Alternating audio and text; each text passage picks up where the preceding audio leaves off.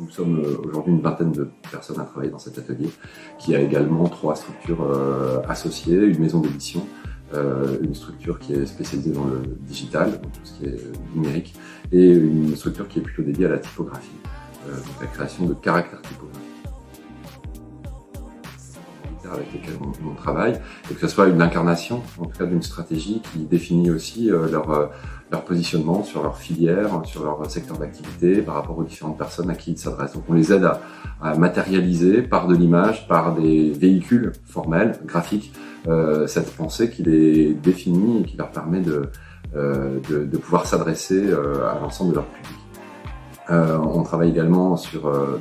beaucoup de sujets qui sont plutôt culturels, que ce soit le théâtre, la musique, l'opéra. C'est des sujets que l'on a désormais bien en main, et le travail qu'on a pu faire avec le CFPTS et le CFA sur des métiers qui sont plutôt des métiers techniques du spectacle vivant nous a apporté justement un petit décalage de regard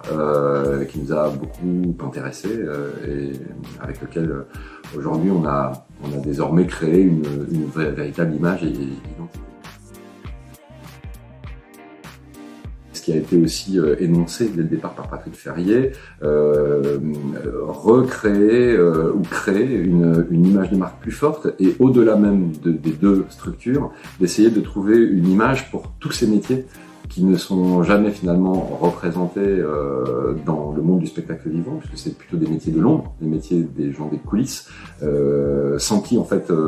la création artistique ne pourrait exister, et qui du coup on manque en tout cas d'une forme un peu plus incarnée. Donc c'est pas parce qu'on ne les voit pas que leur travail justement ne peut pas être rendu visible, et la communication du CFPTS devait aussi dès le démarrage et en priorité essayer de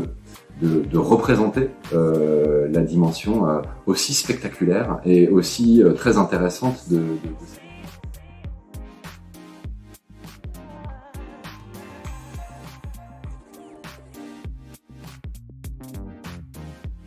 Enfin, les travaux du bâtiment qui allaient s'étaler sur plusieurs années, et donc il fallait aussi créer les conditions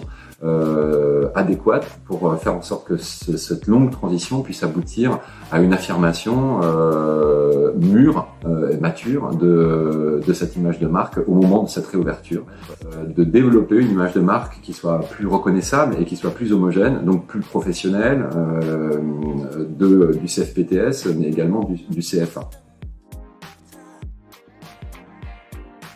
On a essayé de créer à chaque année une série d'images qui permettait de présenter chaque département selon une analogie à un autre domaine, pour redonner aussi un regard nouveau sur des outils, sur des techniques, sur des éléments qui sont propres à chacun de ces métiers. On a réintégré aussi la dimension de saisonnalité dans la communication du CFPTS, puisque c'est comme ça aussi que fonctionnent les acteurs du spectacle vivant notamment. Donc, et recréer finalement, au même titre qu'un théâtre va créer une plaquette de saison pour présenter un peu son programme, imaginez que le CFPTS aussi avait sa saison de formation.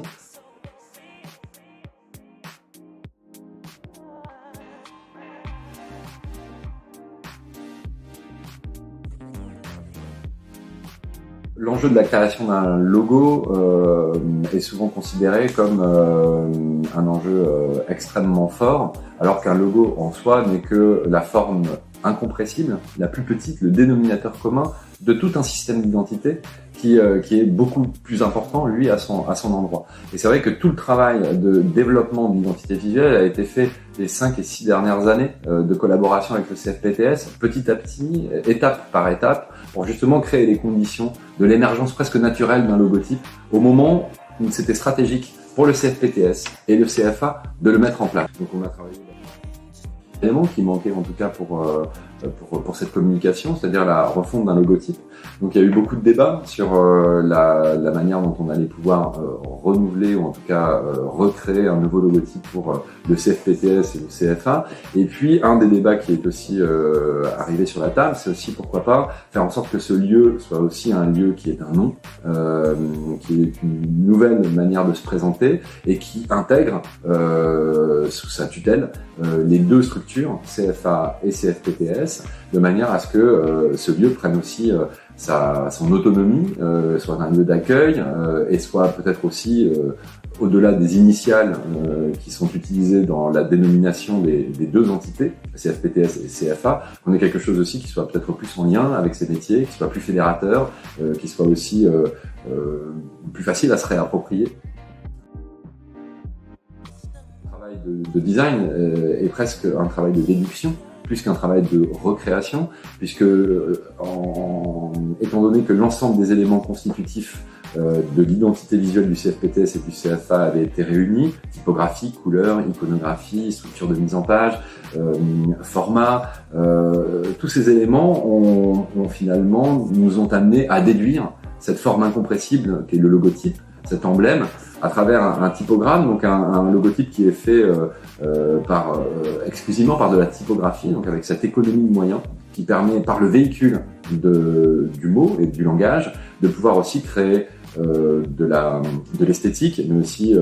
une identité, des valeurs, sans forcément rajouter quelque chose de trop figuratif qui serait très limitatif par rapport à la diversité et à la richesse de ces métiers. Donc on a de points sur les i, puisque dans la filière il y en a deux, de pouvoir aussi travailler sur deux approches colorées qui permettent aussi de faire coexister deux entités qui restent aussi évidemment le cœur de cette filière, donc le CFA et le CFPTS, qui ont chacune des missions complémentaires, l'une pour la formation initiale, l'autre pour la formation professionnelle. Donc créer aussi un logotype qui soit capable d'accueillir deux identités graphiques existantes, deux entités existantes. Le changement de nom, c'est quand même quelque chose qui intervient vraiment dans le noyau dur d'une communication. Donc si on change le nom à travers ce changement fort, il faut aussi qu'on puisse rassurer à travers des signes qui, eux, se déplacent légèrement, mais restent quand même dans un environnement qui est connu et dans lequel chacun peut retrouver aussi ses billes. Donc le travail de logotype sur la filière s'est fait vraiment dans la continuité de l'ensemble des ingrédients qui ont été posés année après année pour construire, on va dire, l'identité de marque du CFPTS et du CFA. La filière a donc été choisie pour cette capacité, en tout cas, à représenter en fait quelque chose d'unitaire, quelque chose d'harmonieux.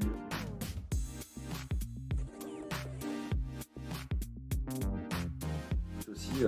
tout un parcours. C'est aussi la formation telle qu'elle peut intervenir dans le parcours de vie d'un professionnel, que ce soit quelqu'un qui souhaite devenir professionnel par la formation initiale, mais aussi quelqu'un qui va se reconvertir, qui va développer ses compétences, qui va renforcer ses compétences tout au long de sa carrière pour continuer à être en phase avec les attentes et les évolutions de son métier.